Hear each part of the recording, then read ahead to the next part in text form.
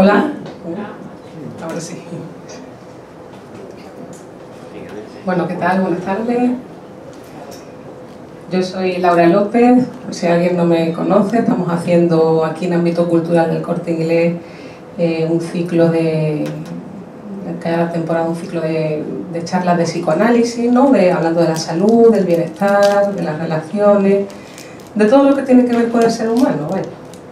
Y bueno, en el tema de hoy vamos a hablar del amor en el siglo XXI. ¿Hay nuevas formas de convivencia? Nos preguntaremos, ¿no? Bueno, podemos decir que a pesar de las nuevas tecnologías, realmente hemos cambiado o nos mueven los mismos afectos que hace muchísimos años. ¿Vivir en pareja es para no estar solo? ¿Me asegura un futuro? ¿Me ocupo de mi propia vida? ¿Es la pareja, podemos preguntar, ¿no?, asocial? ¿Nos apartamos de los demás cuando estamos en pareja? ¿Podríamos decir que hay un amor posible y una crueldad en el amor? Bueno, a pesar de que tenemos los móviles de última tecnología, en los afectos no hemos mejorado nada, ¿no? En el sentido que seguimos amando, odiando, deseando, como hace 4000 años, ¿no? El ser humano, en ese sentido, pues diríamos que si hiciéramos un corte en la sociedad, veríamos también como las diferentes formas de pensar que tiene el ser humano, ¿no? Que van desde, hay personas que están en el Paleolítico, personas que están en la Edad Media, personas que están todavía en el Renacimiento, y bueno, claro, tendríamos que preguntarnos qué es realmente ser una persona del siglo XXI, porque si hablamos del amor, hay veces que uno está sustentado en un tipo de amor más romántico, ¿no? O el de Romeo y Julieta, que es un amor un poco trágico, o el platónico, ¿no?, que está uno siempre esperando como algo o alguien que venga a completar su otra mitad. Pero esto que parece como muy abstracto forma parte de nuestro lenguaje cotidiano.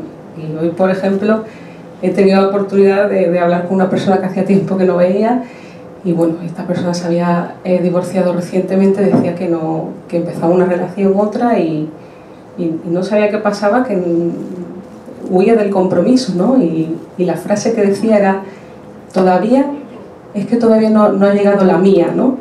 Como si, claro, eso tiene que ver con eso, con creer que hay una otra mitad esperándonos y que va a encajar con nosotros, ¿no? Y esa persona estaba en ese pensamiento platónico, ¿no? Cuando las relaciones se construyen y tienen que ver con nosotros, con cada uno de nosotros.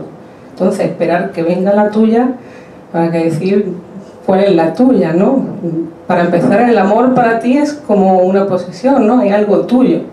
Y es como si encajaras con otra persona, cuando una relación es de dos, ¿no? Y se produce, es un trabajo. El amor y el deseo son un trabajo. ¿Cómo tendría que ser entonces el amor en el siglo XXI? Nos podemos preguntar. Bueno, tal vez la pregunta está mal formulada, ¿no? Porque ¿cómo tendría que ser el amor en el siglo XXI? Suena un poco raro, ¿no? Y por lo que hemos dicho también, de cómo cada uno habita, en qué pensamiento habita cada uno.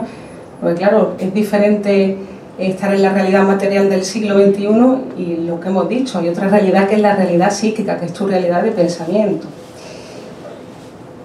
Podríamos decir que, claro, amar tiene que ver con incluir las diferencias y pensar acerca de si estoy queriendo al otro realmente o intento imponer tanto en el otro como en mí, a veces un modelo familiar, un modelo social, ¿no? A veces uno va heredando, ¿no? Y de manera solapada, a veces uno no es consciente, por así decirlo, de esa transmisión que a uno le proporciona ese seno familiar o incluso socialmente, ¿no? Hay veces que vemos que te imponen cómo tienes que ser en una determinada edad, si tienes que tener pareja, si no tienes que tener, cómo tiene que ser, ¿no? Y a veces vemos que la realidad pues es bien distinta, ¿no? Hay personas que están muy insatisfechas porque no encajan, por así decirlo, la idea que le transmite la sociedad con lo que se encuentran, ¿no? Y digamos que también esa relación o esas relaciones que uno mantiene también están sobredeterminadas por el sistema económicos, ¿no? Recuerdo que estoy leyendo también El Capital de Marx, ¿no? Y te habla, porque si hablamos de familia tradicional, ¿qué es familia tradicional? Porque estaba leyendo un capítulo en el que vemos como hace 2 siglos aproximadamente tenían hijos para que pudieran sustentarse, para que pudieran alimentarse. Eran una herramienta más, era un elemento más de trabajo para esa familia, que los niños ni existían, no existía la infancia, ¿no? Que digamos que hay términos que son relativamente modernos, ¿no? En ese sentido. Porque claro, el amor realmente es un sentimiento de la especie, ¿no? Este amor que decimos de pareja, porque eso es lo que permite que aquella señorita del fondo se pueda conocer al hombre que está al lado y se puedan aparear. Es como hacer a los desconocidos los hacemos conocidos, porque si no, no podría haber reproducción. Entonces es un sentimiento de la especie. Pero claro, bueno, la familia en ese sentido es heredera de lo animal, ¿no? Porque nosotros los seres humanos necesitamos de la familia para crecer y desarrollarnos, si no, no creceríamos, no somos como los animales, ¿no? Los animales en un periodo de tiempo pues nacen, se ponen de pie y tienen poco de dependencia con la madre, pero nosotros con la familia tenemos unos años, ¿no? Y bueno, en ese pequeño periodo, porque vemos que se aprenden siglos de historia en muy pocos años en los niños pequeños. Imaginaos toda la transmisión de tantos años de cultura, ¿no? De forma de relacionarnos, ¿no? Todo eso está ahí, todo eso se va aprendiendo en ese seno de la familia. En el seno de la familia también es donde aprendemos a amar, donde aprendemos los modelos amorosos. Y claro, ahí es donde aprendemos cómo se desea, cómo se ama, ¿no? Que digamos que es la base. Y es la transmisora de todos esos valores, ¿no? Toda esa manera de relacionarnos, y ahí es donde se empieza. Pero claro, luego hay uno que diferenciar en tu etapa adulta, ¿no? Y bueno, para que entendamos una cosa, ¿no? Voy a hacer una pregunta y voy a leer un breve texto que, leyéndome para prepararme la charla algunos textos de algunos libros, saqué este que me pareció interesante para que hablemos una cuestión, ¿no? Que tiene que ver con cómo amo yo. ¿Amo yo como un ser infantil o como una persona adulta, ¿no? Y para que lo veamos, ¿no? Entonces, ¿estamos seguros de que realmente están con esa persona que dicen estar a su lado? ¿O es otra cosa para ustedes? ¿Cómo elijo en mi vida? ¿Cómo elijo vivir? ¿A quién elijo, no? Que es cómo elegimos esa pareja que tenemos y quién es realmente esa pareja para mí, ¿no? Y voy a leer este fragmento, ¿no? Me acuerdo una vez en un laboratorio grupal. Una chica se dio cuenta en el laboratorio por qué no podía soportar a los hombres afeitados. Todos sus novios tenían barba, cosa que a ella además le molestaba. Pero los hombres que se afeitaban se ponían colonia. Ella dormía todas las tardes cuando su padre se afeitaba. Se acostaba al lado del padre y dormía la siesta. Y olía el perfume de su padre. Situación que descubrió a los 30 años después de tener por lo menos 10 relaciones con hombres con barba. Vieron, ahí era un perfume, un olor, un hálito, un desvío, una cadencia, un movimiento, la forma de poner el pie cuando camino, el color de los ojos, la vivacidad.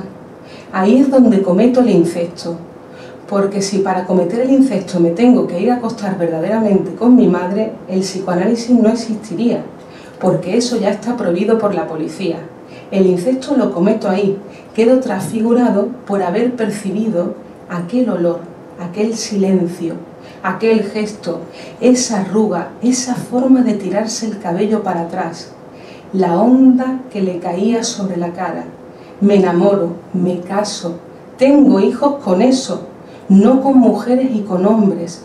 Por eso es importante la clase que doy hoy. Vivo al lado de gestos, de personas que no son personas, son restos de escenas pasadas. No, en el sentido que a veces lo vemos en psicoanálisis, ¿no? A veces uno es como si viviera una situación familiar y realmente es como si no estuvieras con el otro, es como si estuvieras con un fantasma tuyo familiar. Entonces es como si lo anularas, ¿no? Por eso os he traído este fragmento para que lo entendáis, ¿no? En el sentido de cómo es la convivencia del siglo XXI, cómo son el amor. Y el primer objeto de amor para todos es nuestra madre.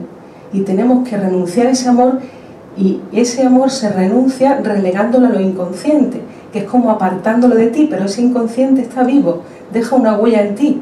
Y puede que en tus relaciones adultas no sean relaciones adultas, sean relaciones infantiles, te estás relacionando con tu madre o con tu padre. Bueno, con el padre en realidad es con la madre, porque es el primer objeto de amor, ¿no? Eso es lo que quería traer. Bueno, y después de esto nos preguntamos, ¿no? ¿Estamos realmente con el otro, con la otra persona? Y bueno, y esto es muy curioso, porque cuando uno va a hacer una charla se da cuenta, no sé si será mi deseo, que te vas encontrando personas y te vas trayendo ejemplos, y tú dices, qué curioso para traerlo aquí, ¿no? Me entrevistaba con una persona y me decía, lo que estábamos hablando de los primeros objetos amorosos, ¿no? Me decía que había tenido una pareja, que había estado durante 5 años con una relación con su mujer, y que decía que no sabía qué le pasaba en las relaciones, que cuando tenía un compromiso más fuerte, ¿no? Cuando ya se casaba, cuando ya esa persona, para ella era una relación más cercana, ¿no? Con un compromiso ya más hecho, la abandonaba, ¿no? Dejaba de interesarle, ¿no? Y en ese sentido, claro, tiene que ver con el hecho de que lo conviertes tanto en un familiar que en realidad para ti no es una mujer, para ti es como si fuera tu madre, es como que familiariza esa relación. Entonces ahí es donde se apaga el deseo. Claro, era curioso porque le pasaba siempre, ¿no? Y se lo señalé, ¿no? Y dice, es verdad, es que no podía, a las personas, a las mujeres que amaba, no las podía desear. Por eso, porque era, de alguna manera, era como que las veía como unas santas, ¿no? Como si la tuviera idealizada. Entonces, claro, si tú tienes idealizada a una persona y la tienes como santificada, ¿cómo vas a mantener una relación sexual, ¿no? Que es una cosa, pues claro, que no tiene nada que ver con esa idea de santa, ¿no? Y tenía que ver también con la figura de su madre, que su madre para él era una santa, la tenía como eso, él miraba en la categoría de mujer. Y claro, esas son las problemáticas que hay también en las convivencias, ¿no? Hay que sumar que uno es madre, padre, hombre y mujer cuando corresponde. Pero claro, a veces se anula el hecho de que uno sea madre o padre y solo se ve esa categoría, y hay que cuidar todos los aspectos, porque entonces no estás con una mujer, estás con tu madre, ¿no? En ese sentido. Y claro, y si hablamos de la mujer, ¿no? Si la mujer cede para criar a los hijos, al final acaba estropeando el matrimonio, ¿no? En ese sentido. Porque claro, se acaba convirtiendo en una mamá, pero no es una mujer deseada. Y esta problemática la traen muchísimas parejas. Es algo que ocurre inconscientemente, que se elimina la categoría de mujer, la mujer se centra en el papel de madre, el marido solo la puede ver como una madre, y ahí empiezan los problemas de pareja, claro, porque ya no es una mujer, no está el deseo, no se ha cuidado ahí, ¿no? Entonces la frase esa de que dos que duermen en el colchón se vuelven de la misma condición, nos indica este proceso, ¿no? Realmente, es como si uno se sometiera al otro. Entonces, claro, uno tiene, en ese sentido tenemos que pensar, ¿no? Que uno tiene que seguir siendo auténtico con tus gustos, con tus cosas, y tolerar que somos diferentes. Eso es lo importante, que toleremos que somos diferentes y que claro, que nos gustamos precisamente porque somos diferentes. Que eso también es el amor, tolerar esa diferencia. Si no es un amor narcisista, aunque en un principio nos enamoramos de lo que en mí hay del otro y de ese rasgo familiar que hemos visto en ese pequeño texto, ¿no? Porque el primer impacto con el otro siempre tiene que ver con uno mismo, con nuestra familia, pero luego hay que aprender a conversar, hay que hablar para que de ese enamoramiento ya surja el amor, ¿no? Que es a través de las palabras, los pactos, ¿no? De los acuerdos que se tienen con esa persona, y tolerar la diferencia y la individualidad de cada uno, claro. Entonces a veces, pues claro, al principio a uno le gusta todo del otro y luego ya es como que se quiere imponer y cambiar al gusto de cada uno y la semejanza de uno, ¿no? Entonces, ¿realmente eso es amor o es anular al otro y convertirlo en ti? Porque claro, el otro tiene que ser para mí una triple vertiente, que es de amor, de deseo y de goce. cuando quiero eliminar alguna de las tres, es como eso, lo que decíamos, hay veces que no puedes desear a la persona que amas o no puedes amar a la persona que deseas, ¿no? Lo tienes como separado, ¿no? En ese proceso que hemos visto en el que te tienes que separar de tu madre y es como la virgen o la prostituta, ¿no? Y no la ves como la categoría de mujer a la madre, ¿no?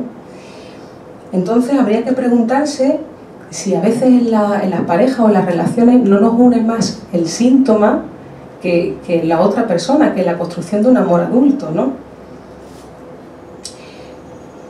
Y hago otra pregunta, ¿no? ¿Cuántos se olvidan de sí mismos y se dejan llevar por esa imposición moral, social, no solo de cómo tiene que ser su vida en periodo determinado, sino que a veces varias personas vamos llenas de ideas de cómo tiene que ser la pareja, cómo tiene que ser la relación con los amigos, etcétera, ¿no? Entonces, de alguna manera estás anulando al otro, ¿no? Cuando vas lleno de ideas, te encuentras con la otra persona, no te dejas llevar por esa relación, ¿no? Sino que vas lleno de ideas y quieres imponer al otro, ¿no? Incluso a renunciar uno mismo a cómo uno es, ¿no? Entonces, respeto la individualidad de mi pareja, a veces impido el crecimiento del otro para sentirme acompañada. Y claro, a veces hay como un miedo a sentirse uno solo, no permite que el otro crezca. Y claro, si estábamos hablando de la familia, ¿no? y lo que significa el amor y para la especie, el amor es propio de la reproducción. Pero claro, tu vida no se puede basar solamente en el amor en pareja. Porque claro, el amor en pareja puedes tener un proyecto de familia que puede durar 5, 10, 15 años, pero luego ¿qué haces? Cuando se termina ese proyecto de familia, tienes que tener otros proyectos. La pareja tiene que incluir lo social, porque el sujeto psíquico no es más feliz porque tenga un matrimonio, porque esté casado. Eso es para la especie, pero no es para el sujeto psíquico.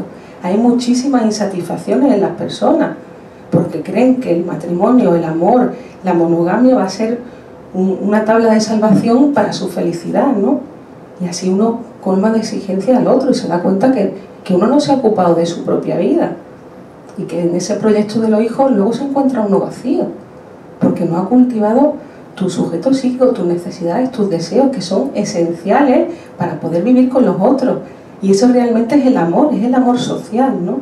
El poder poner tu energía no solamente en la reproducción, sino en la producción, en dar a los demás otra energía diferente a esa exclusividad, ¿no? de la especie, ¿no? Porque los hijos son para criarlos, para que vayan al mundo, pero si yo no me ocupo de mí, de mis proyectos sociales, de otras personas, ese es el verdadero amor del sujeto psíquico, ¿no? No el de la especie. Porque claro, luego uno empieza a renunciar a uno mismo y al final termina vengándose del otro, ¿no? Entonces, si hablamos del amor, de la convivencia, es importante decir que no hay fórmulas. No hay de tal manera es mejor, no hay lo que está bien y lo que está mal, no hay fórmula. Además no hay equilibrio en la vida, porque a veces hay frases que te transmiten, ¿no? Que te dicen, tienes que tener un equilibrio con esa persona, pero es que en la vida no hay equilibrio, la vida es constantemente de cambio. Lo que te sirve en una época no te va a servir en otra, lo que le sirve a una persona no le va a servir a otra. Entonces es importante que nos conozcamos a nosotros mismos, porque cada persona, cada familia tiene su forma de organizarlo, ¿no? Y eso de alguna manera pues tiene uno que conocer como uno es, ¿no? Pero no lo que te dice la sociedad, no lo que está mejor visto, sino cómo uno realmente es, porque luego uno se encuentra que hay muchísimas separaciones, divorcios, insatisfacciones, uno no sabe cómo llevar la vida. ¿Por qué? Porque uno va con ese ideal impuesto y no se escucha a sí mismo. Entonces, al final, pues claro, te tornas en una exigencia que termina, pues claro, haciendo, o hay personas que incluso llegan a enfermar, ¿no? La separación es incluso saludable, ¿no? Porque desde el principio lo estamos separando y a veces que hay relaciones en las que uno no se encuentra bien y necesita tener una separación o incluso separarse, no tanto a veces de la persona, sino de la idea que uno tiene de las relaciones, ¿no? Separarte de una idea te permite encontrarte con la otra persona de otra manera, ¿no? Entonces nos preguntamos, ¿han evolucionado las cosas hoy?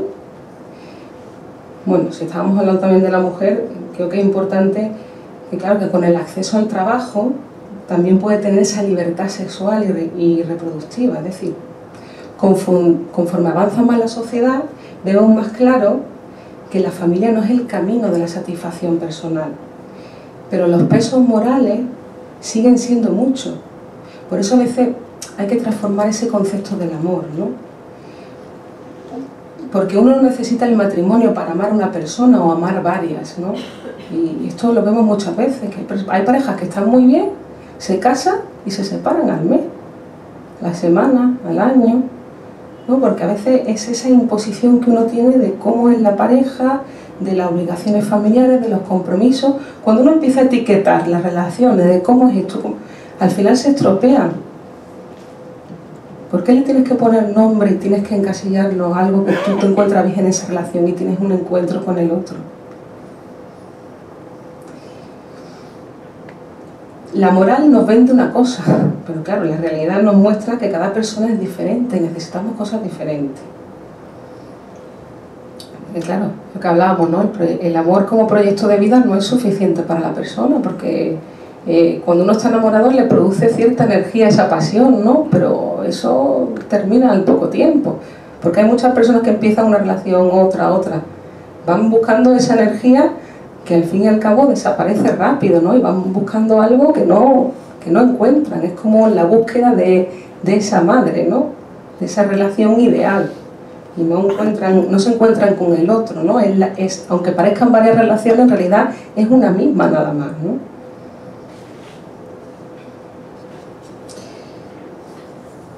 Entonces, el amor de pareja debe incluir lo social. Si no, es una relación exclusiva y excluyente, ¿no? Y eso te recuerda un poco la relación infantil. Hay que construir un tipo de pareja que sea entre otros, una pareja que no sea solo tú y yo, sino que estemos entre otras personas. Entonces podemos preguntarnos, ¿la pareja en muchas ocasiones es asocial? ¿No? Aparta al grupo, se excluyen, ¿no? Y claro, cuando uno tiene que tener en cuenta que deseamos deseos, cuanto más deseantes seamos, también más nos van a desear otras personas y esas personas que están a nuestro lado, ¿no?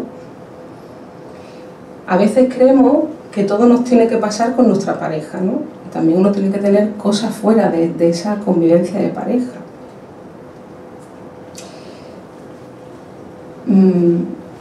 Claro, aprender que son dos personas que no tienen que estar de acuerdo en todo, que no tienen que interesarse exclusivamente por el otro, también te permite otro grado de libertad, ¿no? Porque el que esté siempre solamente con la otra persona las 24 horas, pues bueno, es un poco una relación asfixiante, ¿no? Claro, y el amor es eso, es dar sin esperar nada a cambio. Porque es importante también que veamos la satisfacción, ¿no? Porque ahí decía que no hay normas ni hay fórmulas. Porque claro, si uno no está satisfecho, ¿cómo te vas a encontrar con la otra persona? Vas a llevar esa insatisfacción. No hay, por ejemplo, si alguien está trabajando y ve que hay una oportunidad de vivir en el extranjero y necesita estar un tiempo en el extranjero, ¿qué es mejor para la pareja, irse o no irse? Pues depende, porque si esa persona va a estar satisfecha, pues eso lo va a traer a la pareja. Si esa persona va a estar insatisfecha, eso al final te vas a vengar de la otra persona, ¿no? Entonces es poder tolerar, tener relaciones diferentes a lo que uno está acostumbrado, a lo que uno le han transmitido, ¿no? Porque si nos miramos cada uno de nosotros, ¿cuántas relaciones podemos tolerar? ¿Estamos con amigos que solamente piensan igual a nosotros? ¿Tenemos parejas que solamente son muy similares a nosotros? A veces uno tiene que ser un poco infiel a sí mismo, ¿no? Y tolerar a otras personas también te produce otra riqueza, ¿no? Es encontrarte en otra dimensión con el otro, no contigo mismo, siempre a cada instante en el otro, ¿no? Porque claro, uno de los grandes males es la intolerancia, ¿no?, que tenemos hacia los demás. Y bueno, esto pasa también en las familias, ¿no? Que Claro, lo que está mal es lo tuyo, y hay siempre una rivalidad. Cuando dos personas se unen, hay siempre una rivalidad de lo que dice tu madre, lo que dice la mía, ¿no? Y a veces es como un no ponerse de acuerdo. Claro, uno se tiene que dar cuenta que tiene que generar un espacio de su propia familia. Y cada uno viene de una familia de origen, pero claro, tienen que saber pronunciar las palabras adecuadas para darle ese lugar a esa familia de cada uno y a la tuya propia. Claro, no puedes estar con tu madre encima todo el día pues piando y viendo lo que estás haciendo, ¿no? Tienes que un poco que diferenciar, ¿no?, lo que cada persona está construyendo. Y hay que respetar al otro, ¿no?, en ese sentido. Entonces podríamos preguntar cuáles son las diferentes formas de convivencia hoy en día y a qué llamamos familia tradicional. Pues claro, a lo largo de los siglos hemos visto que hay muchas maneras de estar en familia, no la familia que vivimos de la generación anterior, en la que ha existido siempre, ¿no? No me acuerdo si en la época romana, la griega, en la que los hombres mantenían unas relaciones más homosexuales y las mujeres tenían hijos con los esclavos, ¿no? Y bueno, la mujer, lo que se entiende era por amor, la mujer antes era un intercambio entre linajes, ¿no? Establecían un matrimonio y ahí es donde se establecía, porque era como un cambio, como una moneda de cambio, establecer la riqueza de esa familia. Que lo que llamamos ahora amor, elegir por amor, es incluso reciente, ¿no? Que la familia ha ido evolucionando dependiendo determinada por ese sistema económico, ¿no? Y claro, los convencionalismos también están cambiando, ¿no? Porque ya no se aguanta lo que antes se aguantaba, ¿no? Porque hablamos de que hay divorcios, separaciones, y ahí está la cuestión también, ¿no?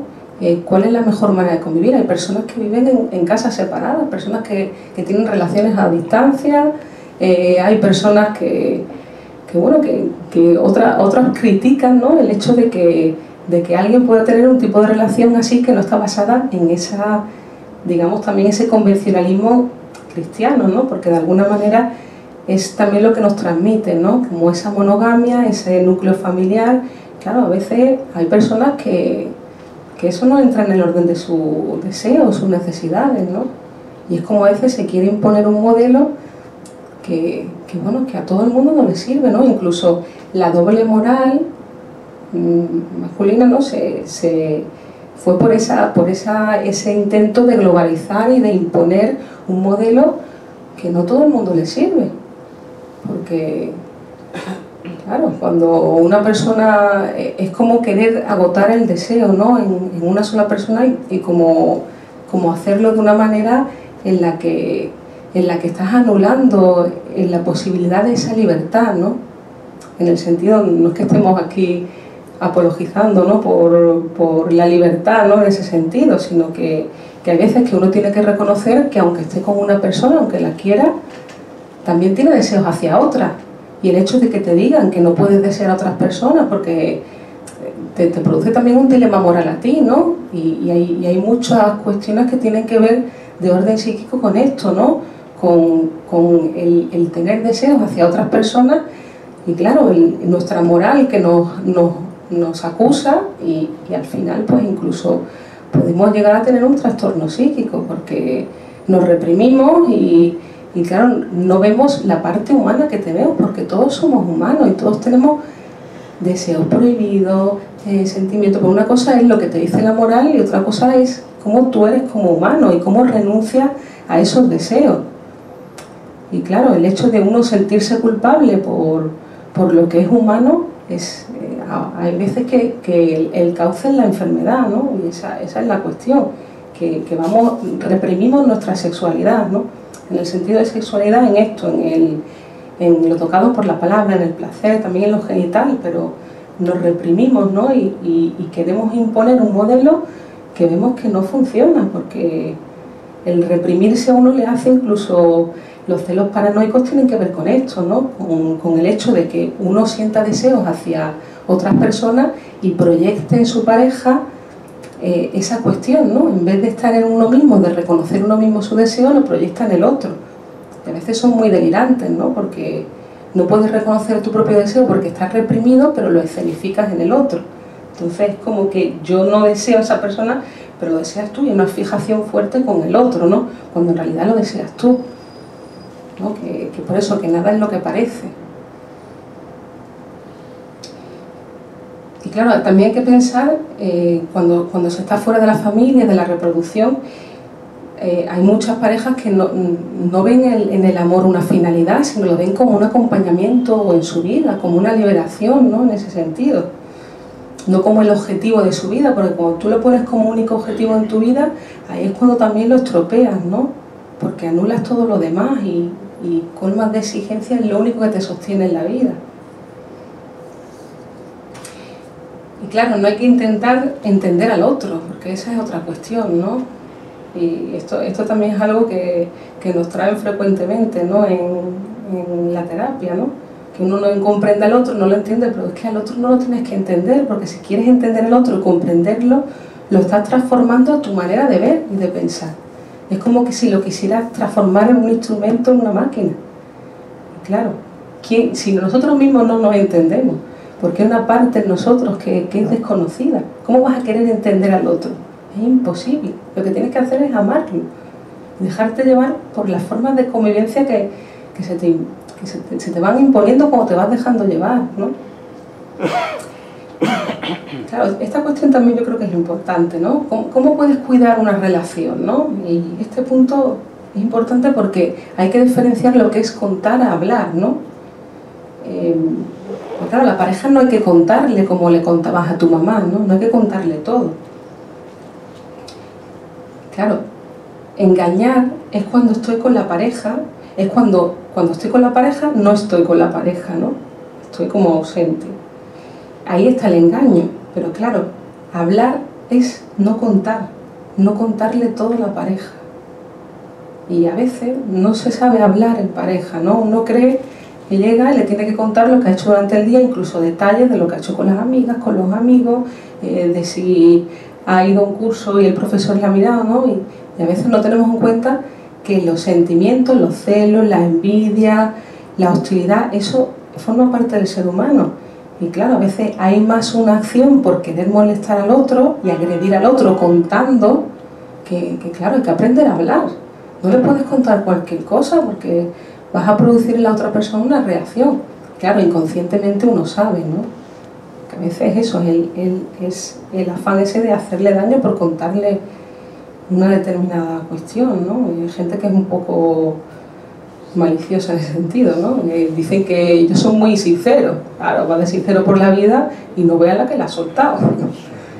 Vamos, que habría que cuestionarse si realmente eso es querer a una persona, decirle la verdad. ¿Y cuál es la verdad? Si la verdad se produce cada vez, esa es tu verdad, y tu verdad es que querías molestarlo, ¿no? Porque en ese tema pues hay que mirárselo, ¿no? Entonces es importante también que hay que ser fiel a tus proyectos de vida. Todos tenemos que producir nuestra vida, no se puede sentir la vida al unísono con otra persona. No te puedes dejar llevar solamente por la pasión de la relación, porque eso se va a acabar en un momento determinado si no tienes otras cosas, otros elementos en tu vida, ¿no? Y bueno, y esto también es importante, y a partir de aquí ya yo creo que podemos hablar, que incluyamos también lo que vosotros preguntéis, ¿no? Que claro, que hay como una moda, ¿no? de querer hacerlo todo público, ¿no? De salir del armario, contar tu intimidad a otras personas, ¿no? Y claro, hay que pensar que el amor también es mejor hacerlo en privado, ¿no? Que no lo puedes sacar a lo social, porque hemos dicho que hay una moral que te va a imponer cómo tienes que vivir, y a veces el hecho de contar tus propias privacidades en un sitio público o contárselo a la familia, ¿no? Eso te va a producir que te coartes en ese amor, ¿no? En esa manera de relacionarte. Entonces hay que preguntarse si es satisfactorio para ti esa relación, ¿no? Que a veces nos ponemos en esa tesitura, ¿no? Si moralmente está bien visto, si no. Y claro, y si uno va contando por ahí y va sintiéndose mal, también tiene que cuestionarse en qué tipo de moral está, ¿no? ¿Por qué cuento determinadas cosas o cómo me relaciono con otras personas? Cuando eso lo tienes que tener de alguna manera en una faceta privada, ¿no? Tienes que respetar que claro que la vida de las personas es del ámbito privado. Si le das tantas explicaciones al otro, parece incluso como que eres un esclavo buscando un amo que te restrinja, ¿no? En ese sentido. Entonces tienes que plantearte eso, la moral en la que tú estás, que tengas que ir a confesar las cosas que haces, ¿no? Entonces hay muchas posibilidades para vivir, ¿no?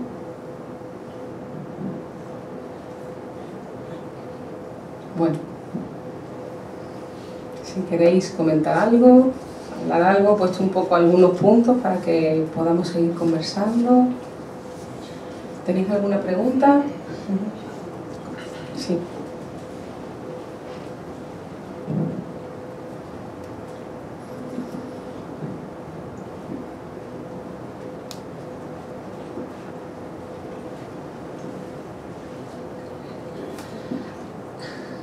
Sí, bueno, yo quisiera hacer centralizando casi todo, en una pregunta. ¿No será que del momento que se mantiene una relación, y más todavía un matrimonio, tanto el hombre con respecto a la mujer, que se cree que es el dueño de ella, como la mujer se cree que es la dueña también de su marido, eso no repercute en todo eso que usted está diciendo? Eso por un lado. Y otro también, yo pienso que, por supuesto, todos vamos evolucionando conforme vamos cumpliendo años. Son etapas que vivimos, Depende. Evolución. Yo creo que sí que evolucionamos. Si en el momento no se evoluciona con los años, que es lo que más te hace evolucionar, ya si tiene una convivencia especial o tiene alguna psicológicamente algo, eso ya estamos saliendo de otro cauce. Pero ¿cómo vería usted en concreto entonces todo esto? Mirando el remedio generalizado. ¿A qué se refiere con todo esto? A todas estas manifestaciones que se tiene, usted mismo está diciendo que se debe de eludir o que se debe de cambiar de pensar o que se debe de cambiar tu modo de ver las cosas y todo esto. No, yo es que, bueno, aparte de que lo mucho que he leído y he visto y he convivido y todo esto, no con pareja, yo solamente tengo una pareja y la he tenido durante y la tengo, que son 54 años, imagínense. Pero ¿Cómo está con su pareja? Pues mire, con mi pareja estoy, ¿por qué? Porque ni a él le ha gustado nunca a nadie en este sentido, porque yo nunca, eso es lo único que he tenido muy claro. Yo no soy dueña de mi pareja, aunque estemos casados y tengamos 3 hijos, no. Él es individual y si en un momento dado el amor se termina, porque lo que usted acaba de decir es cierto, el amor que dure siempre no, se soporta siempre, o se sobrelleva, como usted quiera. Claro, pero si ya habla del amor como soportar... Claro, no, pero el amor lo digo como convivencia que se tiene, como merece, porque por supuesto lo que tiene siempre que durar, bajo mi punto de vista, que puedo estar equivocado, es el respeto y la consideración, bajo mi punto de vista, totalmente. Y si luego se trunca o pasa algo, antes que te lo diga nadie y eso tenga que decir alguien, tú dilo, bajo mi punto de vista. Claro, pero Díselo. a veces las cosas no se dicen de una manera... Pues claro, luego estamos hablando, ¿no?, que existe la moral y luego están también esos deseos reprimidos, esos afectos reprimidos que a veces no se pueden manifestar, no se pueden poner en palabras por a lo mejor esa idea que uno tiene de la familia, de la pareja, y hay veces que uno va reprimiendo ciertas cuestiones, pero claro, uno no las habla, pero las habla de manera en actos, ¿no? Por eso digo, a lo mejor una infidelidad. Yo no he pasado por eso, ni por parte de él ni por parte mía. Bueno, pero, en absoluto. Pero lo digo como ejemplo de que a veces son como llamadas de atención de que algo está pasando en esa pareja, ¿no? Que a lo mejor no pueden hablar, que las cosas no son blancas o negras, no están bien ni están mal, es lo que quiero decir. Quiero decir que cada actuación, cada gesto, lo que está ocurriendo tiene que ver con algo que está latente, que está solapado, que no se puede hablar por esa moral que todos padecemos de ella y que a través de esos pequeños actos de la vida cotidiana, de ese posicionarse en la pareja, ahí es como muestras lo que realmente piensas o eso que tienes reprimido y que no lo puedes hablar. a eso es lo que... Y cuando vienes reprimido y no lo puedes hablar, tanto es porque te considera que alguien puede más que tú, o es superior a ti, o es tu, digamos, decirlo, la persona que te guía a aquello que tú quieras hacer, pero que no debes hacerlo, tanto no tiene lo que es criterio propio, no tiene, pues se lo digo, y se lo digo porque yo debido tal vez a mí mucho, bueno, me casé una vez, pero yo estoy en la facultad, soy enfermera, he hecho cuidados paliativos, tengo mucho contacto con muchas personas, ¿no?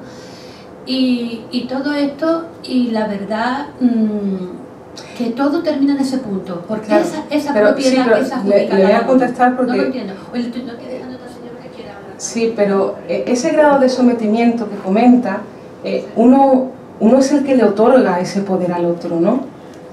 Y habrá que pensar si realmente esa relación es una relación adulta, porque el primer sometimiento, la primera persona con la que nosotros nos sometemos es con la madre, porque estás en la posición de ser amado.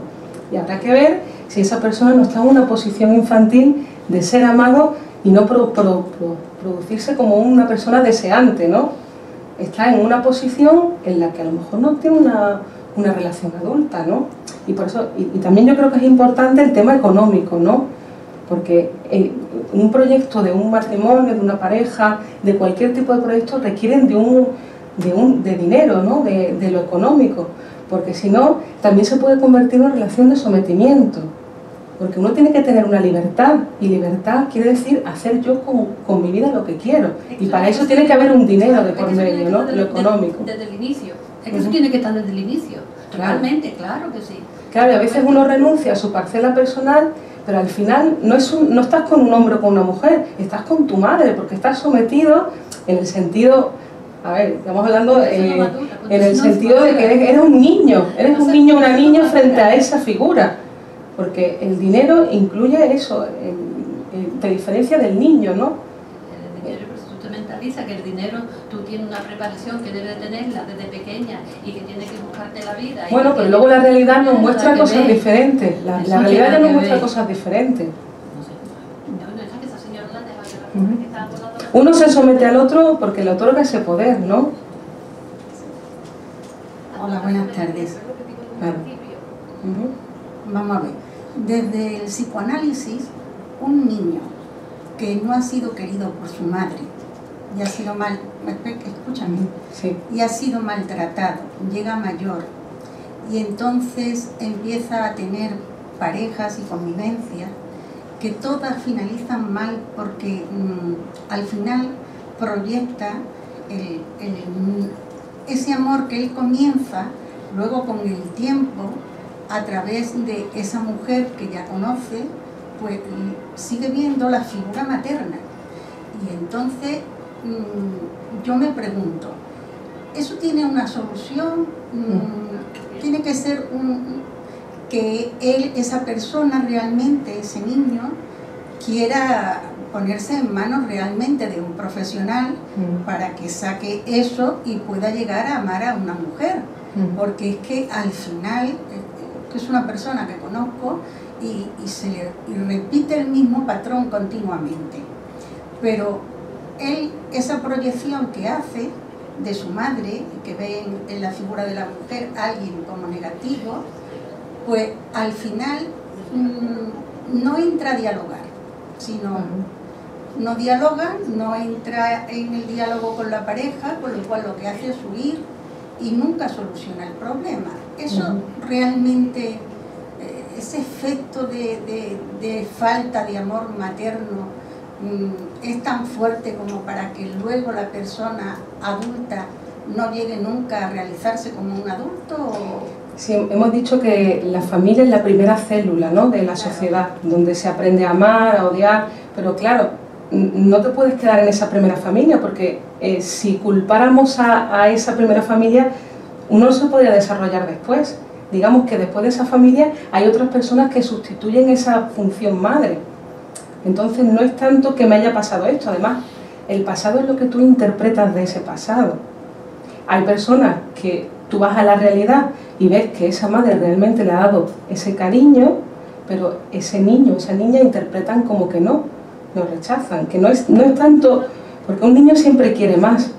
Habrá que ver cómo piensas que ha transmitido ese cariño, porque a veces uno va a la realidad y ve que realmente ha recibido ese cariño adecuado, pero el niño piensa que no, siente que no. ¿Por qué? Porque han venido los hermanos, ha tenido celos y lo ha interpretado. Cualquier gesto ya lo interpretas como una frustración y como una negación de ese cariño, pero eso le pasa a todos los niños.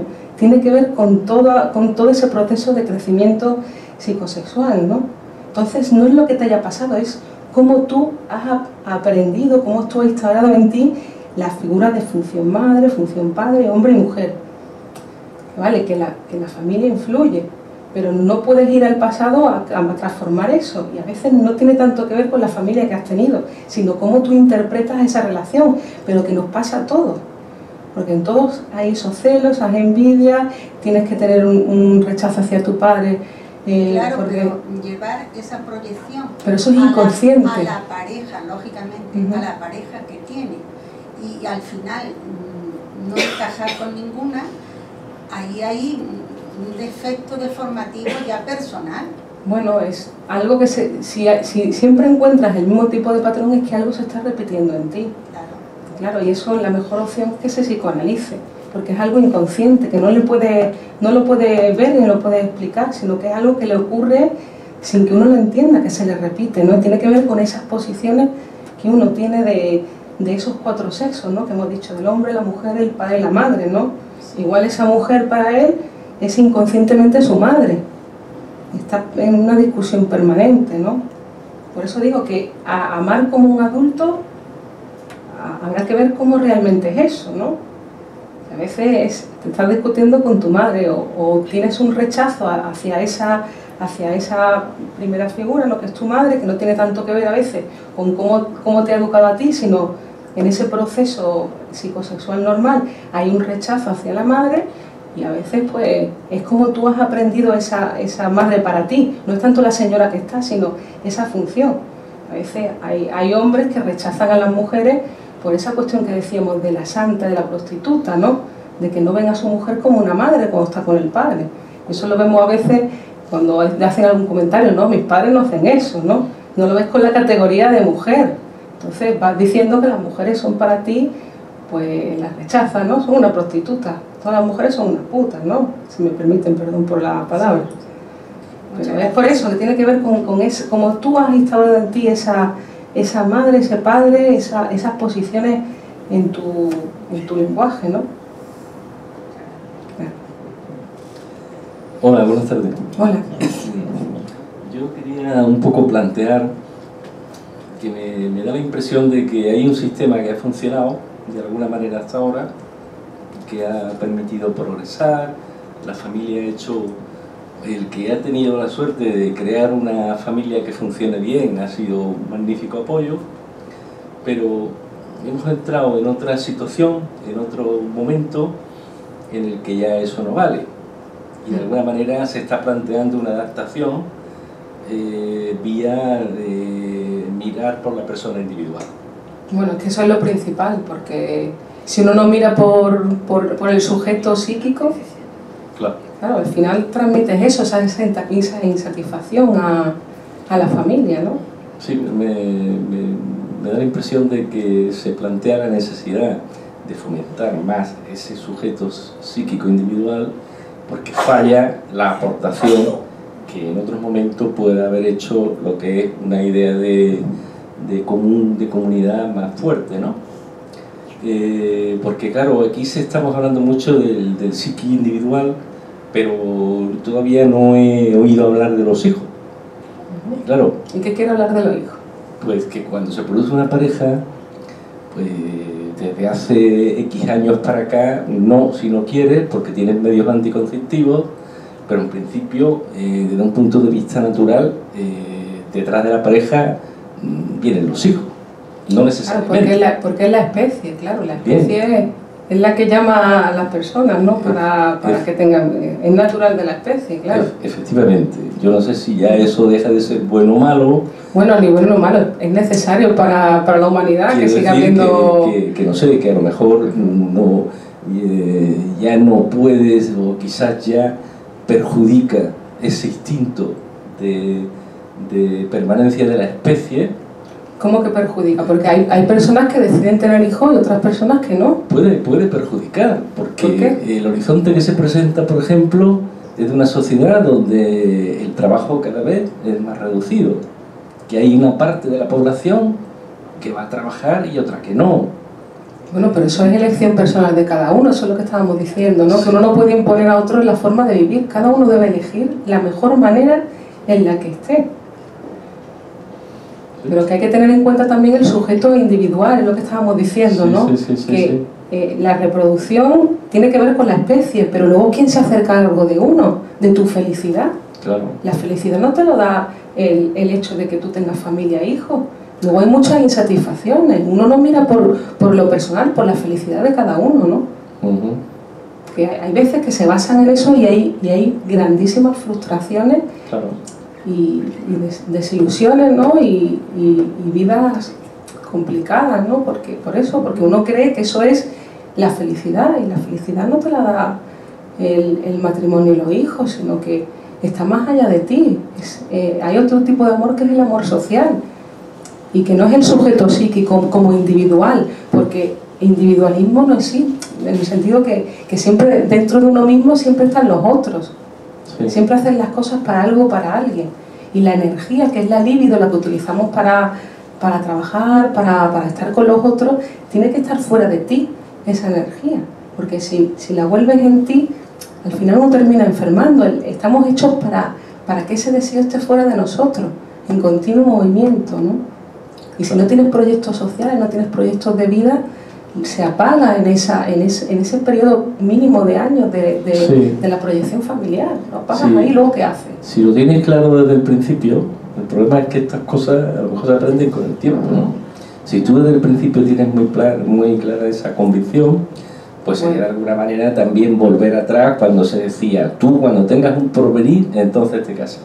O lo que sería, mejor traducido a otras palabras, tú cuando tengas una vida personal suficiente porque haces un trabajo que te gusta, que te permite tener una economía para formar una familia, solo a partir de ese momento inicia. Bueno, pero a veces uno se tiene que comprometer a las cosas para generar el dinero necesario para eso, ¿no?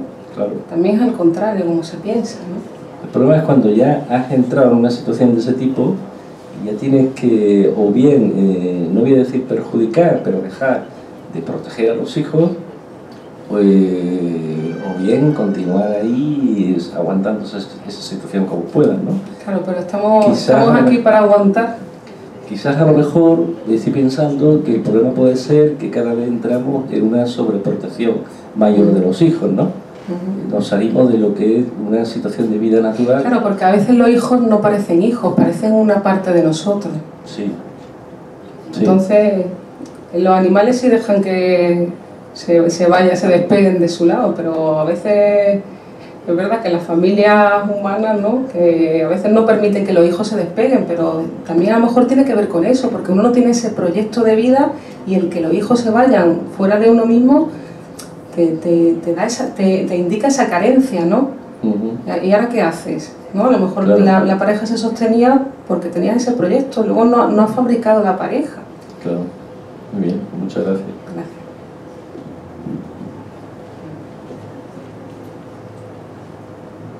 Hola, buenas tardes.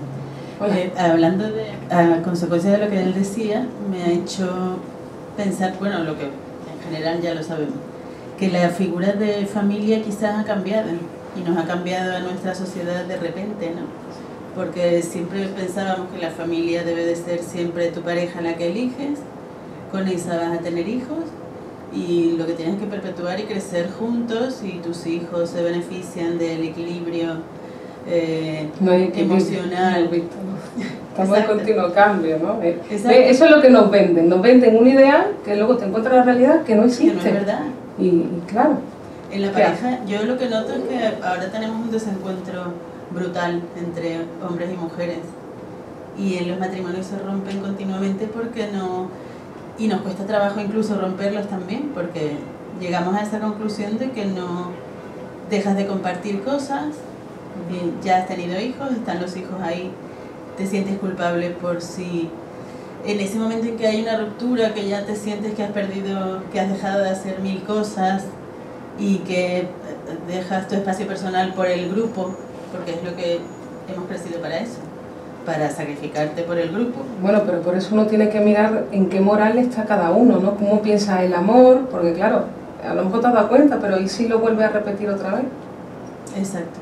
No, es que eso es inconsciente, uno no se da cuenta de cómo piensa hasta que va actuando en su vida, se va dando cuenta que cuando tiene una pareja va renunciando a su parcela personal cada vez más, hasta que se ve sometido en el otro, pero está en uno. Uno es el que hace también eso, ¿no? No podemos culpar a la otra persona, sino que uno tiene que saber, o por lo menos darse cuenta, ¿no? En qué tipo de pensamiento estoy, ¿no? ¿Cómo vivo yo el amor? Pero en ese momento, si descubres que eso, que ya no es eso lo que querías, que tu proyecto, tu objetivo que era ese y el proyecto vital ha cambiado y ya, entonces abandonas, lo mejor es abandonar, cambiar. Claro, pero el proyecto vital, ¿a qué te refieres con proyecto vital? O sea, ese matrimonio que te casaste con ese ser, con esa persona que...